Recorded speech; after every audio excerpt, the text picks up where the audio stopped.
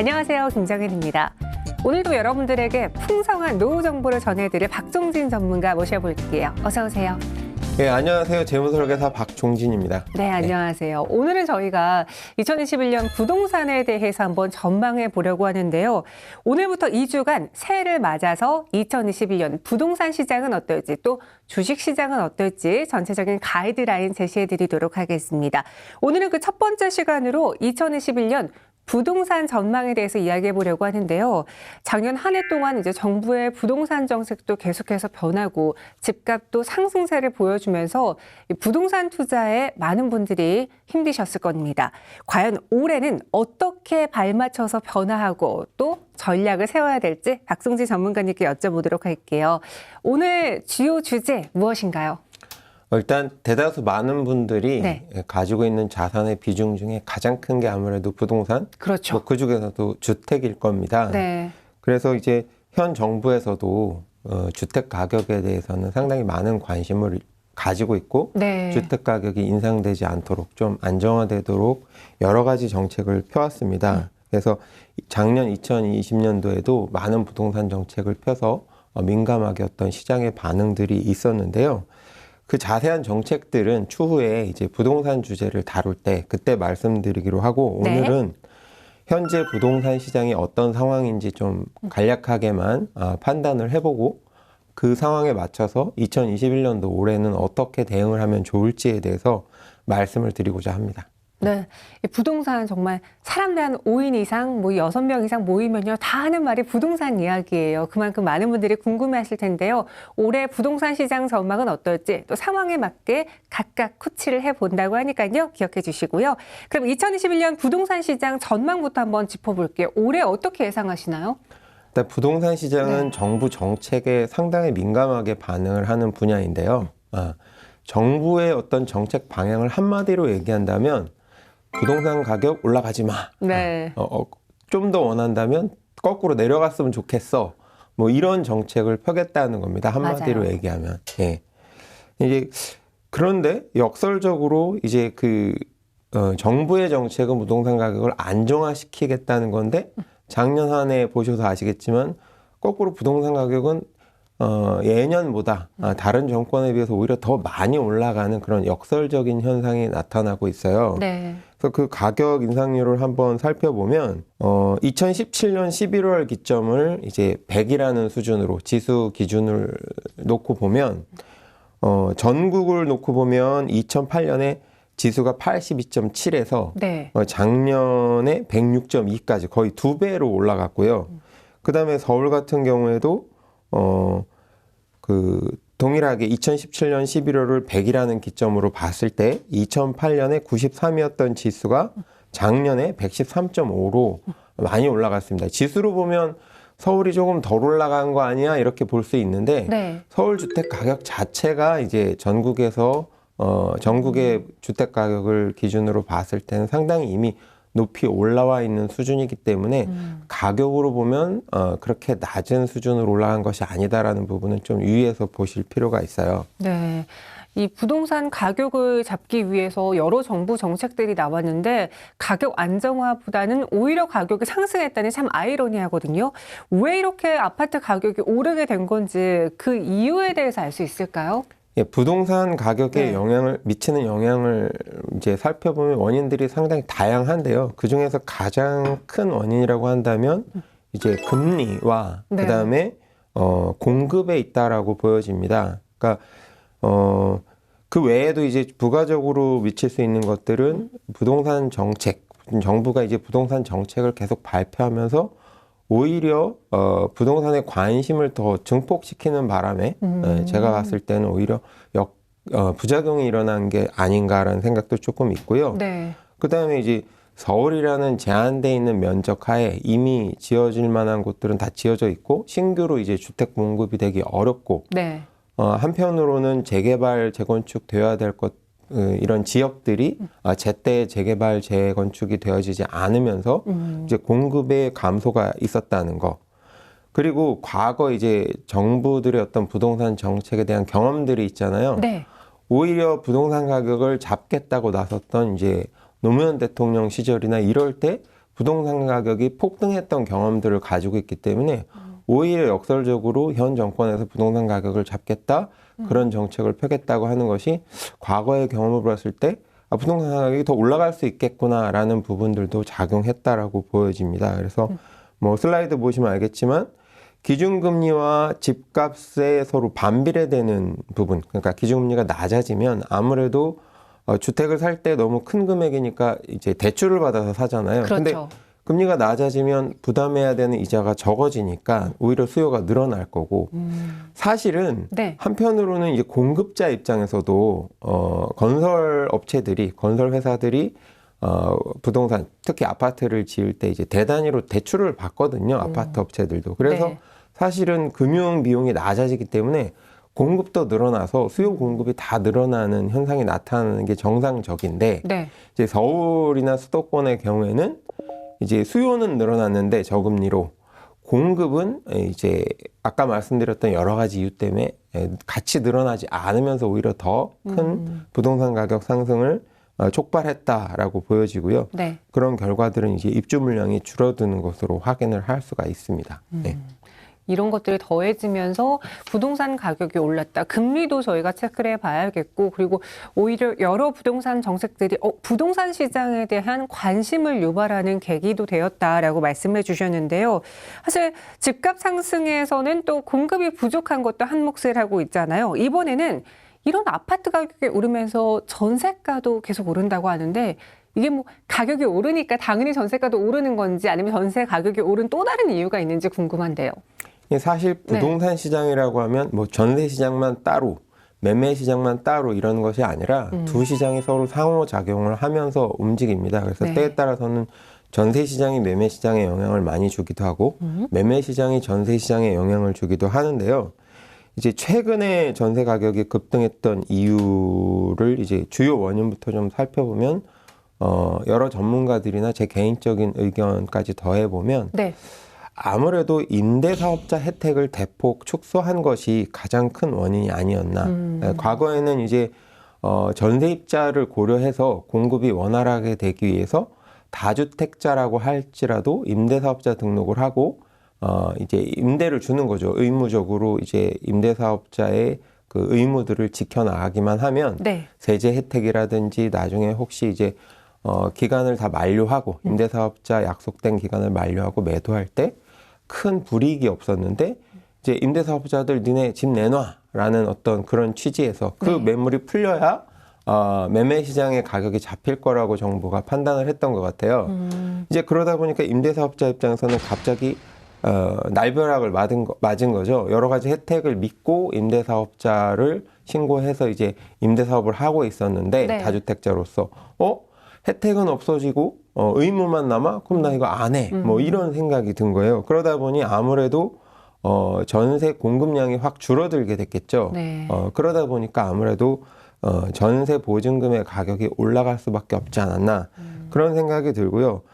가장 크게 또 안 그래도 이제 그 문제 때문에 촉발되고 있던 상황에서 임대차 3법이 이제 나왔어요. 그러는 바람에 임대인한테는 이제 불리한 거죠. 가격도 마음대로 못 올리고. 네. 그러다 보니까 아무래도 여러 가지 것들이 복합적으로 발생을 하면서 임대 공급이 줄 수밖에 없었다. 또 한 가지는 재건축이나 재개발 그리고 신축 주택이 공급되다 보면 아무래도 그 새로 공급되는 아파트 물량 중에는 집주인이 모두 다 거주하는 게 아니라 네. 이제 다주택자의 경우에는 이제 전세를 내놓을 거 아니에요. 그렇죠. 근데 이제 신규 물량 자체가 줄어들어 버리니까 당연히 또 그 측면에서도 전세 물량이 줄어들 수밖에 없었다. 그래서 세 가지 모든 것들이 전세 공급량을 줄이면서 수요는 뭐 그대로 유지되거나 사실 오히려 더 약간 증가하는 상황인데 공급이 줄어들면서 가격이 전세 보증금이 올라갈 수밖에 없었다라고 보여집니다.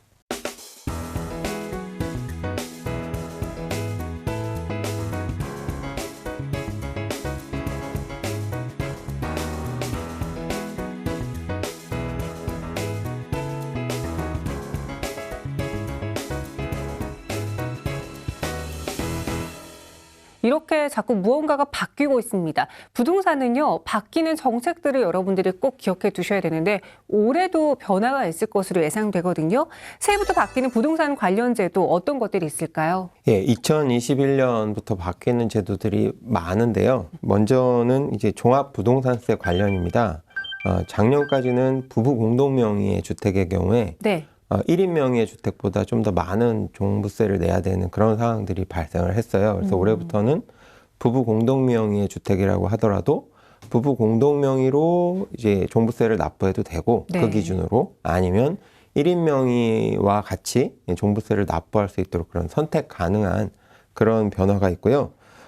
세율 인상과 세부담 상한이 이제 가장 이슈가 되고 있습니다. 그 다음에는 이제 양도소득세 관련인데요. 네.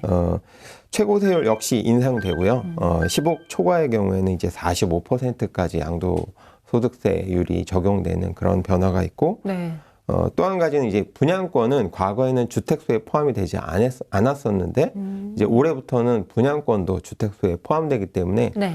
과거의 관행대로 생각하시면 상당히 많은 세금을 부과받으실 수 있다. 그래서 주의하실 부분입니다. 그 다음에 이제 임대차 관련해서는 전월세 신고제가 6월부터 시행됩니다. 예전에는 사실 이제 실제로 전월세 계약을 맺고 진행을 하더라도 신고하지 않는 경우들이 많았었는데 네. 이제 올해부터는 이제 부동산 전월세 계약을 할 때부터 의무적으로 신고를 하게 함으로써 이제 소득을 노출시켜서 세원을 확보하겠다는 정부의 방향인 것 같습니다.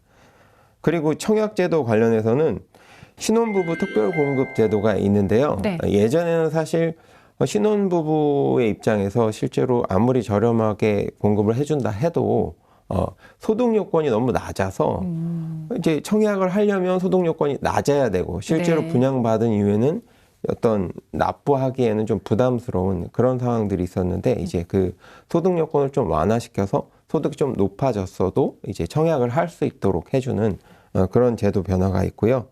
분양가 상한제 아파트 거주 의무도 이제 2년으로 의무화가 됐습니다. 그래서 분양가 상한제 아파트를 분양받았을 때는 네. 무조건 이제 내가 실제로 2년간은 의무적으로 거주를 해야 되는 그런 제도 변화가 있습니다. 재건축 관련해서는 이제 조합원의 분양 신청 자격이 좀 강화가 됐는데 이제 재건축 아파트를 투자 목적으로 구입을 하시고 실제로는 거주를 안 하시고 처음부터 이제 전세나 월세를 주는 그런 주택들이 많다 보니까 네. 만약에 2년 이상 거주를 안 한 상태에서 재건축 사업이 진행되고 그래서 분양권을 이제 받을 수 있는 상황이 있었거든요. 네. 과거에는. 근데 이제 거주 의무 기간 2년을 지키지 않으면 분양권을 주지 않겠다는 겁니다. 그리고 그냥 현금 청산해서 돈으로 주는 건데 재산적 가치로 보면 상당히 손해를 보게 되는 거죠. 그런 변화가 있습니다. 그리고 안전진단 절차가 강화가 돼서 재건축 아파트가 이제 좀 위험하다 해서 이제 재건축을 허용을 해주는 거잖아요. 네. 근데 웬만해서는 잘 안 해주겠다. 좀 진짜로 위험해야만 해주겠다. 그런 의미로 이해를 하시면 될 것 같습니다. 그리고 양도소득세 세율은 추후에 이제 다른 질문을 할 때 이제 좀 더 자세하게 말씀드리도록 하겠습니다. 이렇게 변화되는 내용들이 많아 이것도 추린 건데요. 많기 때문에 여러분들 꼭 기억해 주시기 바라겠고요. 시청자분들이 그중에서도 가장 많이 체크해 봐야 되고 또 관심을 가져보는 게 세금 쪽이 아닐까 싶거든요. 세금은 얼마나 늘어나게 될까요? 예, 아마도 많은 시청자분들이 가장 관심이 많으신 게 네. 세금을 얼마나 더 많이 내게 되느냐, 그렇죠. 나한테 해당되는 게 도대체 뭐냐, 이거라고 생각이 드는데요. 부동산 관련 세금은 여러 가지 기준으로 분류를 해볼 수가 있는데 시청자분들 입장에서 일반인 입장에서 가장 이해하기 쉬운 건 부동산을 내가 이제 구입을 할 때 내는 세금, 네. 그리고 보유하고 있는 동안에 내 명의의 부동산으로 보유하고 있는 동안에 납부하는 세금, 네. 그리고 언젠가 이제 그 부동산을 매도했을 때, 팔았을 때 내는 세금, 이렇게 구분을 하시면 이해가 쉬워요. 더 쉽게 얘기하면 뭐 취득세, 보유세, 양도세 뭐 이렇게 전문 용어로는 얘기를 하죠. 근데 이제 취득세는 이미 작년에 올랐어요. 올라서 이미 적용되고 있기 때문에 변화라고 보기는 어렵고 이제 올해 많이 변화되는 보유세와 양도세 중심으로 설명을 해드리도록 하겠습니다. 네. 먼저 보유세는 구체적으로는 재산세와 종부세 이 두 가지를 얘기합니다. 이 보유세는 과세표준인 공시지가, 곱하기 이제 세율 이렇게 해서 산출세액이 계산이 되는데요. 네. 문제는 현재 집값이 많이 올랐잖아요. 네. 물론 정부에서 과세표준으로 사용하고 있는 공시지가는 실제 시세보다는 좀 저렴한 편이에요, 사실은. 그런데 정부의 입장은 이제 예전에는 한 60%, 70% 시세의 60%, 70% 정도로 이제 부과를 했던 공시지가를 네. 이제 시세의 80% 내지 100%까지 올리겠다. 조금씩 점진적으로 올리겠다라는 부분이 있고 네. 세율도 올렸잖아요. 네. 그러면 이제 과세 산출 기초인 공시지가 곱하기 세율 둘 다 올리겠다는 거 아닙니까? 그렇네요. 그러면 사실은 이제 세액이 많이 늘어나겠죠. 그래서 그 부분을 꼭 고려를 하셔야 돼요. 납부세액이 좀 늘어날 수밖에 없겠구나. 그다음에 이제 보유세를 납부하는 기준은 항상 매년 6월 1일자로 어느 사람의 소유냐 이게 되게 중요하거든요. 네. 그러니까 좀 전략적으로 보면 내가 만약에 매도를 할 생각이다. 그러면 6월 1일 전에 잔금까지 다 끝나도록 그래서 명의가 넘어가도록 이렇게 하실 필요가 있고요. 네. 만약에 내가 매수를 해야 되겠다라고 하면 6월 2일 이후에 6월 2일 이후에 내 명의가 완전히 되게 잔금을 치르는 그런 전략을 펼 필요가 있을 겁니다. 근데 양자의 이해관계가 서로 좀 이렇게 반대가 되잖아요. 상충이 그렇네요. 되기 때문에 네. 그런 부분이 조금 상충되는 시점인 뭐 5월부터 한 6월 사이에 계약일 때는 서로 이제 잘 아시는 분들끼리 만났다. 그러면 서로 뭐 50% 부담을 한다든지 그런 네. 어떤 상충이 되는 부분에 있어서 조율을 하는 것이 인간사에 있어서 좀 필요하다는 생각이 듭니다. 네. 크게 부동산 하면은 취득세, 보유세, 그리고 양도세 이렇게 나뉘어진다라고 해주셨고요. 공시지가도 올랐고 세율도 올랐습니다. 공시지가는 지금 얼마만큼이나 오른 거예요? 2011년부터 이제 슬라이드 보시면 알겠지만 2011년부터 최근까지 꾸준하게 이제 큰 추세는 올라오고 있어요. 정부의 네. 정책과 맞춰서. 어차피 정부에서 하는 일이기 때문에 정부의 정책에 맞출 수밖에 없거든요. 특히 2019년도 이제 상승분을 보면 토지는 8.03%, 단독주택도 7.1%, 아파트는 5.23%. 근데 계속 말씀드리지만 이 퍼센트만 보면 아파트가 조금밖에 안 올랐네 이렇게 생각할 수 있지만 가격이. 이미 가격이 많이 올라와 있기 때문에 네. 이제 5% 정도만 해도 많은 금액이 올라갔다라고 보시면 많은 세율이 올라간 거다. 세금적으로 봤을 땐 납부세액이 많이 올라갔다. 이렇게 이해를 하셔야 되고요. 네. 앞으로도 아마 시세의 80% 내지 100%를 목표로 해서 점진적으로 인상될 것으로 예상이 됩니다. 그래서 그런 부분들을 좀 고려를 하셔야 될 것 같아요. 그럼 조금 더 우리 시청자분들이 이해하기 쉽게 공시지가가 올랐을 때 내가 내는 세금이 얼마만큼 상승하는 건지 한번 예를 들어서 설명해 드려 볼까요? 예. 뭐 예를 들어서 공시지가가 이제 시세에 뭐 어떻게 될지는 모르지만 앞으로 점진적으로 상승이 될 거니까 한 네. 90% 정도가 된다고 가정을 하고 한번 말씀을 드려볼게요. 네. 예를 들면 이제 서울 동작구의 모 아파트 7억 한 8,900 공시지가가 7억 8,900만 원 정도인 아파트 현재 이제 시세는 그렇지 않아요. 시세는 실제로는 13억 4천 정도 됩니다. 네. 이제 아까도 말씀드렸다시피 공시지가는 좀 시가보다는 낮게 잡혀 있기 때문에 현재는 그런 경우에 현재 납부하는 보유세는 한 126만 원 정도 됩니다. 그런데 만약에 공시가가 현실화돼서 시세의 한 90% 정도가 됐다라고 하면 납부하는 보유세가 361만 원으로 올라갑니다. 매년 네. 납부해야 되는 세금인데 뭐 또 한 가지 정도 예를 들어드리면 서울 종로구에 이제 11억 7,700 정도 이제 공시지가가요. 물론 시세는 이 아파트도 한 17억 정도 됩니다. 그 아파트의 경우 현행 납부하고 있는 보유세가 297만 원인데 네. 이제 공시지가가 만약에 시세의 90% 정도로 현실화가 된다고 하면 납부해야 하는 세금이 669만 원으로 껑충 뜁니다. 그러니까 대략 보면 현행 보유세에 비해서 한 3배 정도가 올라간다인데 이게 1회 납부하고 끝내는 세금이 아니라 매년 납부하는 세금이기 때문에 네. 큰 부담이 될 수 있다는 거죠. 그렇죠. 저는 사실 개인적으로 부동산에 정말 아무것도 몰랐을 때 왜 내가 부동산을 파는데도 세금을 내? 왜 양도세가 왜 필요해? 라고 생각을 했었거든요. 이 양도세에 대해서도 좀 짚어볼까요? 네. 양도세는 말 그대로 양도 차익에 대해서 부과하는 세금입니다. 그러니까 국세청의 논지는 네. 국세청에 가면 캐치프레이즈가 있는데요. 네. 모든 소득에 세금이 있다 이거입니다. 그래서 양도 차익이라는 건 내가 부동산을 산 가격보다 나중에 팔 때 가격이 비쌌을 때 네. 실제로 그 가격이 동일하거나 떨어졌을 때는 양도세가 신고해도 제로입니다. 그러니까 소득이 있을 때만 납부를 하는 세금인데 네. 우리나라의 특성상 적어도 지금까지는 그리고 당분간은 부동산 가격이 대다수 올라가는 추세가 많았기 때문에 양도세를 부과받는 경우가 많았던 거죠. 특히 수도권이나 서울 같은 경우에는 특히나 그랬죠. 그래서 그런 어떤 양도 차익에 대한 세금이라고 보시면 되고요. 네. 그 양도소득세 역시 강화가 됐어요. 그래서 조정 대상 지역, 그러니까 정부가 봤을 때 이 지역은 좀 부동산이 많이 올라가는 지역이야라고 해서 조정 대상 지역으로 묶어놓은 지역들이 있습니다. 네. 그 지역은 이제 대출도 좀 규제가 되고 그러는데요. 네.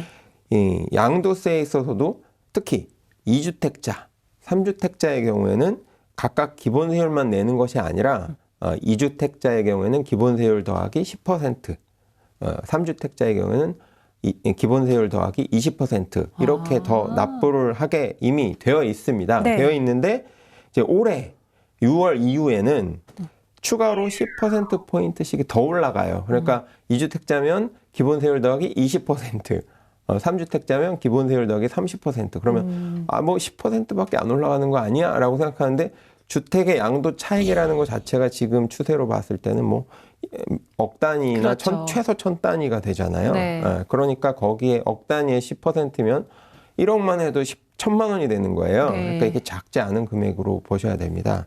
그 외에도 이제 재개발이나 재건축 입주권 있잖아요. 그 경우에도 6월 이후에 이제 만약에 양도를 하시게 되면 보유기간이 2년 미만이다. 네. 내가 어떤 입주권을 보유한 기간이 2년 미만인 경우에는 양도 차익에 대해서 60% 내지 70% 중과가 되고요.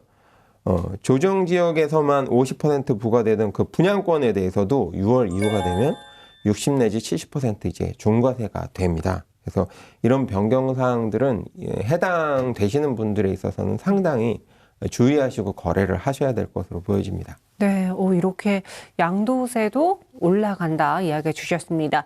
지금까지 박종진 전문가님과 함께 2020년 부동산 평가 그리고 2021년 부동산 전망에 대해서 이야기 들어봤습니다.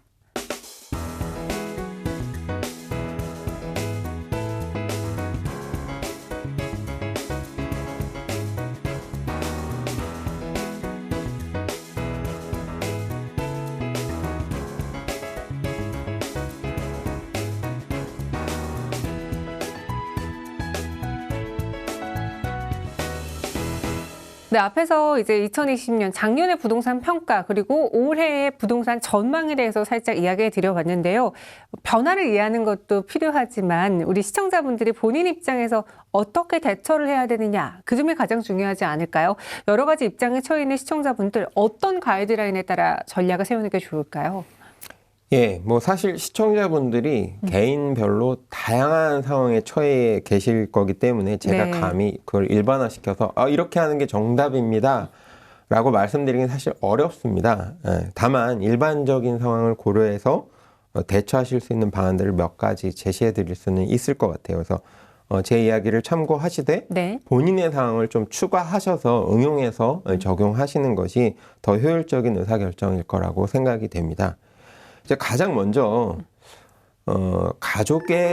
모든 가족들의 상황을 고려한 의사결정을 하셔야 된다. 주거 계획에 있어서는. 네. 왜냐하면 주택은 투자 수단이기도 하지만 사실은 이제 그 전에 가족들의 편안한 휴식처야 되잖아요. 맞아요. 그래서 너무 재무적인 부분만 생각하시기보다는 가족들의 삶에 있어서도 좀 의견들을 들어보고 적합한 곳인지 우리가 결정하는 어떤 주거지에 대한 결정이 바람직한지를 충분히 의견을 나눠보신 다음에 결정을 하시는 길을 좀 추천을 해드리고요.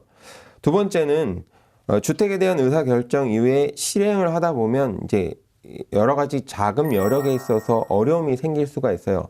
전체 금액은 부족하지 않은데 네. 그 시점에 이제 돈이 달릴 수가 있다라는 거죠. 그렇죠. 그래서 이제 어떤 돈의 전체 썸 합계 금액만이 이제 맞는가를 따질 것이 아니라 현금 흐름상에 있어서도 내가 일시적으로 어려움이 있지 않을지. 왜냐하면 최근에 이제 대출이 규제가 많이 돼 있는 상황이기 때문에 네. 예전처럼 한도 금액이 높지가 않아요. 그래서 그런 문제가 발생할 수 있으니까 현금 흐름 계획도 한번 잡아보셔서 어려움이 없을지 한번 따져보셔야 될 것 같고요.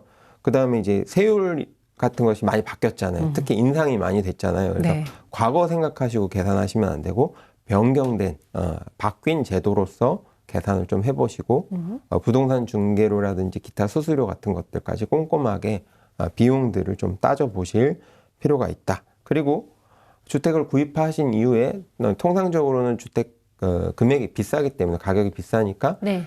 대출을 끼고 이제 구입을 하시는 경우가 많잖아요. 그렇다면 구입하는 데만 문제가 없는 것이 아니라 향후에 앞으로 이제 대출금에 대한 원리금 상환에 있어서도 어려움이 없을지 반드시 꼭 검토를 해보셔야 된다라고 말씀드리고 싶고, 네. 셋째로는 이제 임대차 3법이 강화가 됐잖아요. 그래서 이전에 거주하던 세입자가 계속 살겠다라고 주장을 하면 집주인의 의사에 맞아요. 반해서 2년을 더 사실 수가 있어요. 그렇기 때문에 꼭 그런 부분들, 세입자라든지 그리고 집주인이라든지 새로 집을 구입하시려는 분 모두 다 그냥 구두로만 저 나갈 거예요 라고 했다고 그걸 믿고 그냥 거래를 하시는 게 아니라 네. 3자가 다 모여서 실제적으로 구체적으로 동의를 구하고 동의 구한 내용들을 계약서에 이렇게 문서로 남겨서 나중에 분쟁 사유를 줄이는 것이 좀 필요하다는 생각이 듭니다. 그래서 그런 부분들 꼭 놓치지 마시고, 공인중개사분들조차도 사실 변화가 너무 급작스럽고 많다 보니까 놓치실 수가 있어요. 네. 그러니까 결국에는 최종 책임은 거래하는 당사자거든요. 그래서 그쵸. 공인중개사의 조언을 구하시되 본인이 또 챙겨야 될 부분들을 확실하게 챙겨서 문제가 발생하지 않도록 하는 노력이 좀 필요할 거라고 보여집니다. 네, 2중, 3중 체크해야 되는 포인트에 대해서 이야기를 해주셨습니다. 그럼 이번에는 이 변경되는 정부 정책들을 고려해서 어떻게 대응해야 될지 이 부분에 좀 더 초점을 맞춰서 전해드려 볼게요. 이제 내가 어떤 입장이냐에 따라서 사실 좀 전략이 달라질 수가 있는데요. 네. 예를 들어서 현재 무주택자이거나 뭐 전세를 살고 있는 분들의 경우에 입장에서 한번 먼저 말씀을 드려보겠습니다. 어찌 보면 가장 현재 상황에서 어려움을 겪고 계신 분들이기 때문에 도움을 드리고 싶은 마음이 가장 크거든요. 네. 이제 슬라이드 보시면 알겠지만 이제 상반기 다주택자 중에서 제가 이제 6월부터 변경되는 세율도 있고 1월부터 변경되는 세율도 있고 여러 가지 제도들이 다주택자 입장에서 사실 양도할 때 불리해지는 거잖아요. 세율이 네. 높아지니까. 그래서 제가 봐서는 보유세를 이제 중과를 하는 부분, 6월 1일자 소유자 기준으로요. 네. 이제 올해 그 부분이 아마 다주택자 입장에서는 좀 부담이 되는 분들이 소수 있을 거라고 생각이 듭니다. 이제 그분들이 급매물을 내놓을 수가 있어요. 네. 1월부터 6월 사이에 이제 그런 매물들을 잘 지켜보고 계시다가 조금 저렴하게 구입을 하는 방법이 있을 수 있을 것 같고요. 또 한 가지 측면은 정부가 이제 공급 확대 측면을 올해 이제 기조로 삼았거든요. 네. 세율만 높여가지고서는 해결이 안 되는구나. 부동산 가격이 그걸 인식한 것 같아요. 그래서 공급 확대에 이제 새 장관을 세워가지고 초점을 맞출 것 같은데 이제 하반기부터 3기 신도시에 대한 청약이 네. 이제 시작이 됩니다. 좀 기다렸다가 이제 그 부분을 한번 도전해 보는 거. 쉽지는 않겠지만 워낙 경쟁이 심하고 그래서 쉽지는 않겠지만 도전해 보는 방법이 있다라는 부분을 말씀드리고 싶습니다. 다만 생각보다 이제 급매 물건도 많지 않을 수도 있어요. 왜냐하면 이미 여러 가지 정책들이 강화돼서 여러 가지 고민들을 하시다가 다주택자분 중에는 자녀분들에게 이미 증여를 하신 분들도 많고 어차피 양도세라는 건 양도를 해야 부과가 되거든요. 네. 그러니까 양도하지 않겠다. 내 현금 흐름상 인상된 종부세, 뭐 재산세 내가 납부하고 보유세 다 납부하고 오히려 그 이상의 주택 차익을 난 추구하겠다라고 하는 분들도 많을 수 있기 때문에 실제로는 예상보다는 많은 매물이 나오지 않을 수도 있다. 그렇게 되면 이제 매수해야 되는 이제 무주택자 입장에서는 기회가 줄어들 수 있다라는 부분이 있기 때문에 네. 미리 발품을 좀 많이 팔아놓으시고 공인중개사 분들에게도 좀 관계를 유대를 잘 강화하셔서 좋은 정보가 있을 땐 나한테만 좀 먼저 알려달라. 네. 여러 가지 이렇게 좀 해놓으시면 좋을 것 같고요. 저렴한 금매 물건이 나왔다 해도 이미 가격이 너무 올라 있잖아요. 네. 그래서 그 금액을 부담하고 사는 것이 좀 어려울 수 있다. 왜냐하면 인기 있는 지역들은 대부분 조정 대상 지역이나 규제 지역으로 묶여 있기 때문에 대출 한도가 낮아져 있어요. 그래서 맞아요. 네. 대출을 받아서라도 사겠다라고 하지만 대출 자체가 내가 원하는 한도 금액까지 나오지 않으면 살 수가 없게 되는 문제가 생길 수 있다라는 점을 네. 반드시 염두에 두셔야 될 것 같아요. 그래서 제 생각에는 아마도 현재 전세를 살고 계시다고 하면 이제 매수로 전환을 ha겠다. 앞으로 부동산 가격이 더 올라갈 것 같고, 또는 너무 거주의 불안정 때문에 가족들의 행복이 좀 줄어들기 때문에 매수를 해야 되겠다라고 생각을 하셨다면, 같은 지역이라면 아파트에서 좀 빌라로 또는 나는 비슷한 평수에 비슷한 아파트를 살고 싶다라면 뭐 서울이었다면 약간 수도권 외곽으로 좀 생각을 하셔야 현실적으로 주택 구입을 하시는데 어려움이 없지 않을까 이런 생각이 들고요. 네. 3기 신도시 청약의 경우에는 아까도 말씀드렸지만 당첨이 되면 시세 차익과 함께 깨끗한 신축 아파트에서 살 수 있는 메리트가 있어요. 되게 크죠. 네. 그런데 우선 청약 가점이 높지 않으면 당첨이 되기가 어렵습니다. 너무 경쟁률이 높기 때문에 다 원하겠죠. 무주택자들이 원하는 주택이기 때문에 일단 당첨 확률이 희박하다는 점. 그리고 당첨 이후에 입주 시까지 이제 다른 주택을 사면 안 돼요. 요즘 법이 이제 강화가 돼서. 네. 네, 그런 단점이 있다는 거. 그다음에 그 오랜 기간이 소요된다는 것은 이제 내 삶의 어떤 안정성이 오랫동안 계속 위협받는다는 거잖아요. 현행 상태가 유지된다는 거기 때문에 그 점은 좀 고려를 하시고 도전을 하셔야 될 것 같습니다.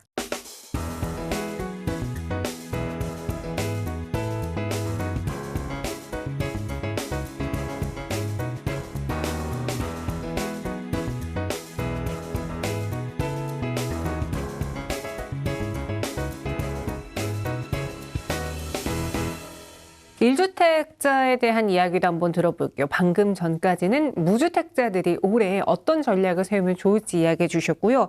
1주택과 함께 또 분양권을 소유하신 분들도 있잖아요. 이런 분들의 경우에는 어떻게 대책을 세워야 될까요? 가장 제가 걱정되는 분들이 이런 분들인데 네. 이제 과거처럼 분양권은 주택수에 포함되지 않는다고 생각을 하고 어떤 거래를 하셨다가 양도세를 왕창 중과세 받을 수 있는 사례들이 나올 수 있다라는 걱정이 좀 듭니다. 네. 그래서 잘 알고 적용을 하셔야 되는데요.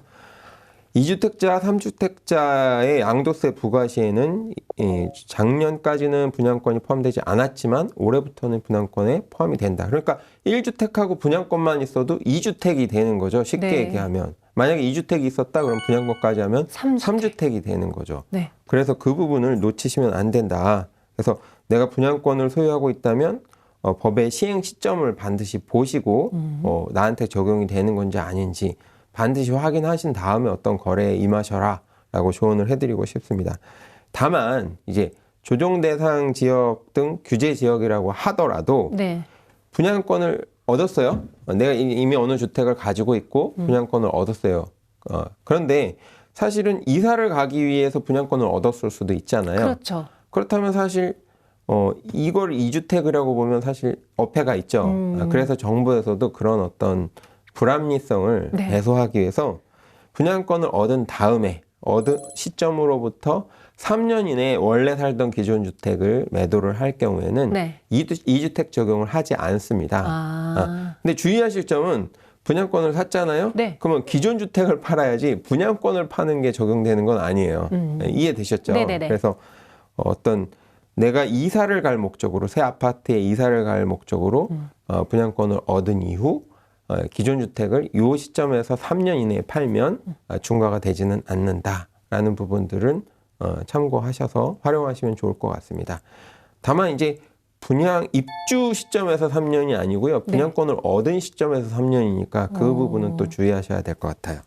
네, 이렇게 지금 1주택을 갖고 있고 또 여기에 분양권까지 더해지신 분들은 약간 셈이 복잡해질 수 있는데요. 이런 정책들, 이런 대책들을 한번 챙겨가 보시기 바라겠고요. 변경되는 정책 때문에 가장 또 고민하고 계신 분들 중에 하나가 고가주택의 또 다주택자가 아닐까 싶거든요. 이분들을 위한 대응책들은 어떤 게 있을까요?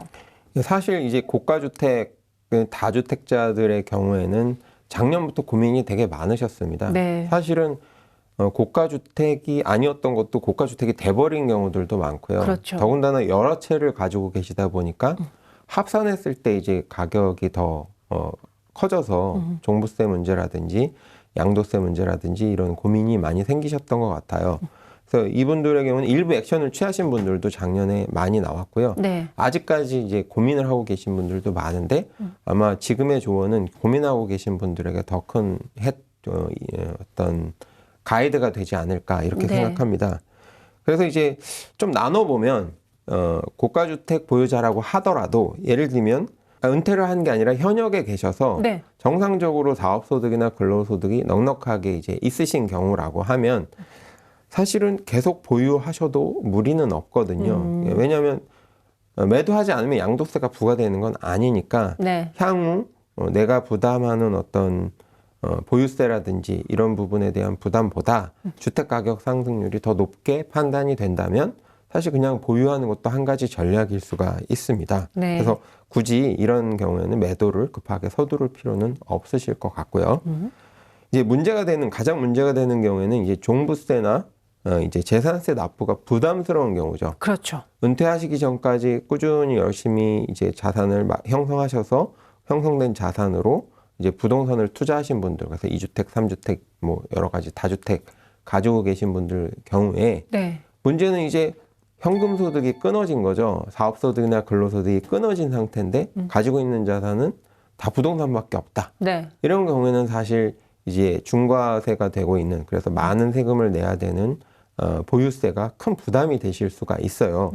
이제 그런 경우에는 일부라도 제가 보기에는 정리를 하셔야 되지 않을까라는 생각이 듭니다. 그래서 가급적이면 올해 종부세를 부담 안 하시는 게 좋잖아요. 그렇죠. 그러기 위해서는 1분기나 2분기, 특히 저는 1분기를 추천합니다. 왜냐하면 그런 분들이 2분기에 아무래도 몰리겠죠. 6월 직전에. 네. 그러니까 그렇게 되면 제값받기가 어려우니까 가급적이면 좀 더 높은 가격으로 매도를 하시려면 1분기부터 좀 넉넉하게 여유 있게 매도를 추진하시는 게 좋지 않을까라는 생각이 들고요.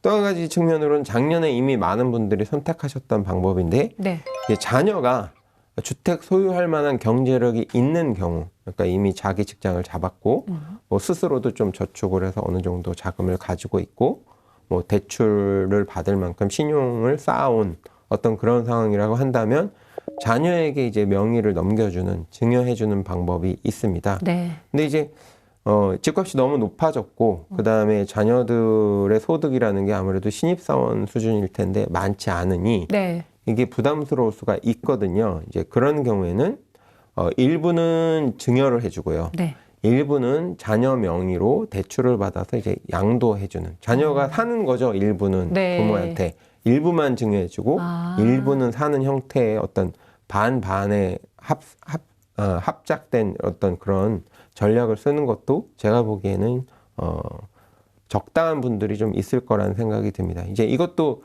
자녀의 상황이나 부모의 상황이나 여러 가지를 고려해야 되겠죠. 그래서 그걸 부담부 증여라고 하는데 네. 일부 증여, 일부 양도 이런 전략도 있습니다. 그 다음에 이제 임대업자 입장, 이제 다주택인 분들은 아무래도 본인이 다 사는 것이 아니니까 임대를 하시잖아요. 전세나 월세를 놓으시는데 과거에는 이제 전세도 많으셨어요. 왜냐하면 전세의 장점은 전세 보증금이 높잖아요. 네. 그러니까 내가 실투자 금액을 조금만 넣어도 투자를 할 수 있다는 장점이 있기 때문에 어떤 전세를 통해서 수익이라는 건 사실 뭐 만약에 전세 보증금을 은행에 예금으로 넣었다, 그 매력은 없죠. 요즘에 금리가 너무 낮아서. 하지만 그 매력이 아니라 네. 집값의 상승을 내가 취하겠다. 어쨌든 집주인이 나이기 때문에 네. 그러면 전세 보증금을 높게 받고 그 차액만, 집값과의 차액만 내가 투자를 하면 내 명의의 집을 취득할 수 있으니까 그렇죠. 그렇게 투자를 하는 분들이 많았었거든요. 근데 이제 전세에 대해서 너무 제한들이 많고 전세입자의 혜택들이 너무 많아지고 하다 보니까 이제 집주인들이 좀 삐뚤어진 분들이 있습니다. 그래서 네. 이런 분들의 경우에는 아마도 제가 봤을 때는 이제 추후 세입자를 변경할 때, 뭐 기존 세입자야 법에서 보호를 해주다 보니까 함부로 내쫓을 수 없겠지만 이제 그분의 상황이 이제 나가야 되는 상황이 돼서 나갔을 때 새로 세입자와 계약을 할 때 아마도 반월세나 네.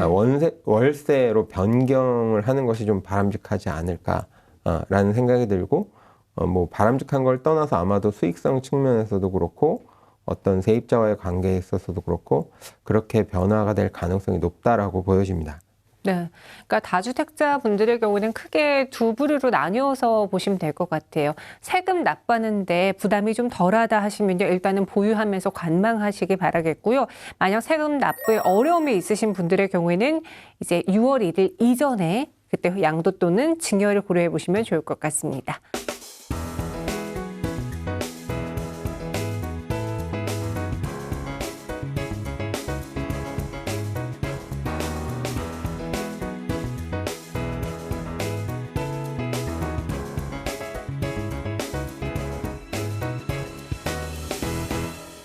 또 마지막으로 생애 최초 주택 구입, 또 신혼부부들이 활용할 만한 팁이 있을까요? 제 주변에서도 요 이야기로 굉장히 뜨겁더라고요. 아, 네. 네. 그 신혼부부 주택 말씀드리기 전에 전 주제를 한 가지 더 말씀을 드리면, 네.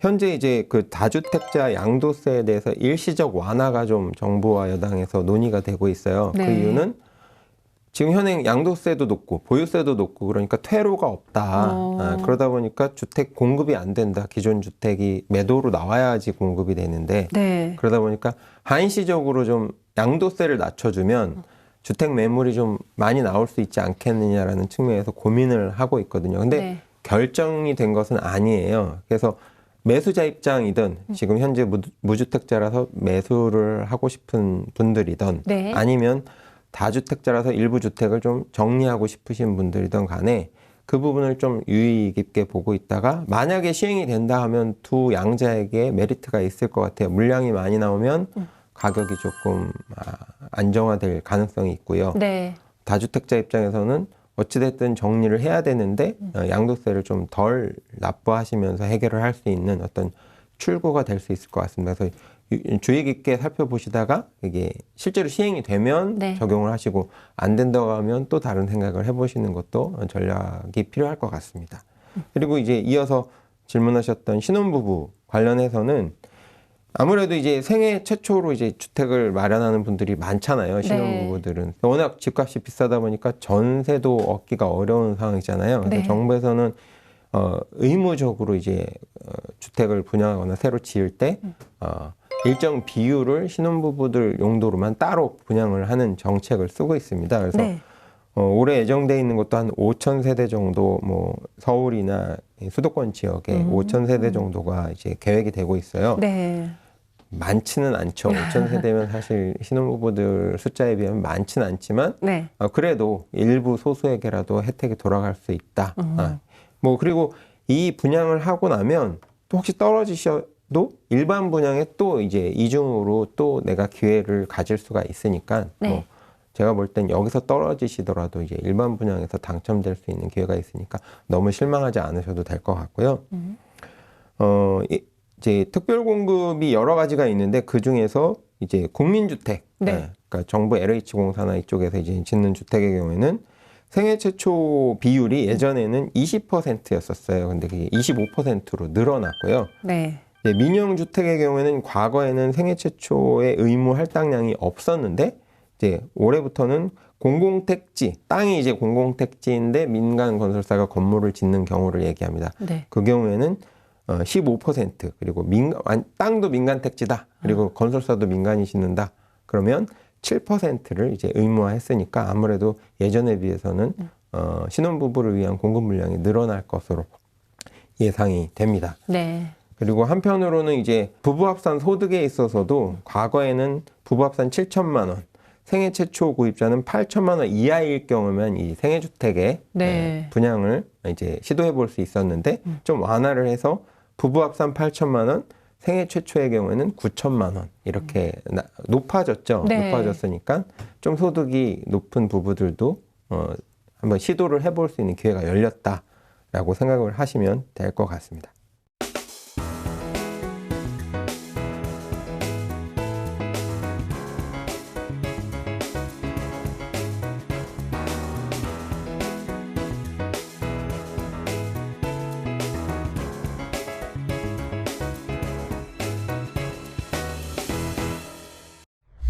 네.